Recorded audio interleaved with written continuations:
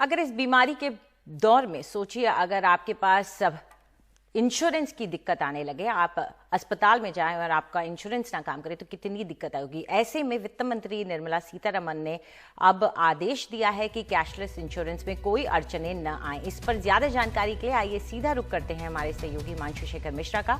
हिमांशु, क्या जरूरत पड़ गई कि वित्त मंत्री को ये निर्देश जारी करने पड़े और इससे क्या सहूलियत होगी लोगों को?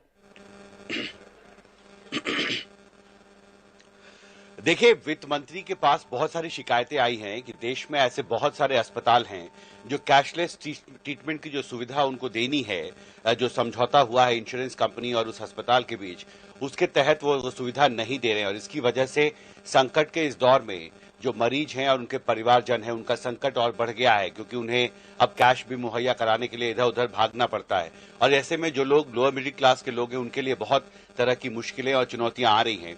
और इसलिए कल देर शाम पहली बार इंश्योरेंस रेगुलेटर जो है, insurance regulatory development authority of India, उसने एक निर्देश जारी किया था और एक प्रेस रिलीज भी जारी करके सभी अस्पतालों को भी और इंश्योरेंस कंपनियों को, जनरल इंश्योरेंस कंपनियों को, कि उन्हें अगर इस तरह का कोई करार अस्पताल और इंश्योरेंस कंपनी के बीच हुआ है जिसमें पॉलिसी होल्डर को कैशलेस मेडिकल की सुविधा देने का प्रावधान है, तो उस प्रावधान को सख्ती से लागू करना होगा। यह सुनिश्चित करने की जिम्मेदारी अस्पतालों की भी होगी और इंश्योरेंस कंपनियों की भी होगी। और इसे तकनीकी भाषा में कहते हैं कि अगर किसी अस्पताल ने सर्विस लीगल एग्रीमेंट साइन किया है इंश्योरेंस कंपनी के साथ, जिसके तहत उन्हें कैशलेस मेडिकल की सुविधा मुहैया करानी है उस इंश्योरेंस कंपनी के जो मेडिकल पॉलिसी होल्डर्स हैं उनको, तो ये उन्हें सुनिश्चित करना होगा। और इसी को लेकर जब इसका प्रावधान पर पहली बार सर्कुलर पिछले साल जुलाई में जारी किया गया था, 14 जुलाई को, उसके बाद से लगातार कोशिशें की जा रही हैं। कुछ सुधार हुआ व्यवस्था में, लेकिन अब भी देश में ऐसे कई अस्पताल हैं जो कोरोना मरीजों के ट्रीटमेंट के लिए जो कैशलेस जो सिस्टम है ट्रीटमेंट का, वो सुविधा अभी भी बहुत सारे मरीजों को नहीं दे रहे हैं, जिसके बाद वित्त मंत्री को हस्तक्षेप करना पड़ा है।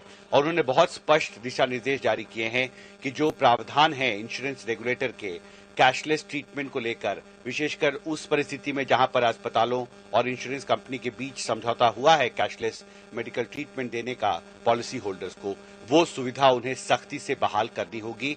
ये निर्देश वित्त मंत्री ने जारी किया है। अंजलि जी, हिमांशु, इस पूरी जानकारी के लिए शुक्रिया। तो एक बड़ी दिक्कत लोगों के लिए खड़ी हो रही थी, जब एडमिशन तो पहले मिलता नहीं है और मिलता है तो उसके बाद कैशलेस इंश्योरेंस उनका अस्पताल नहीं मान रहे थे। ऐसे में वित्त मंत्री का ये निर्देश आया है।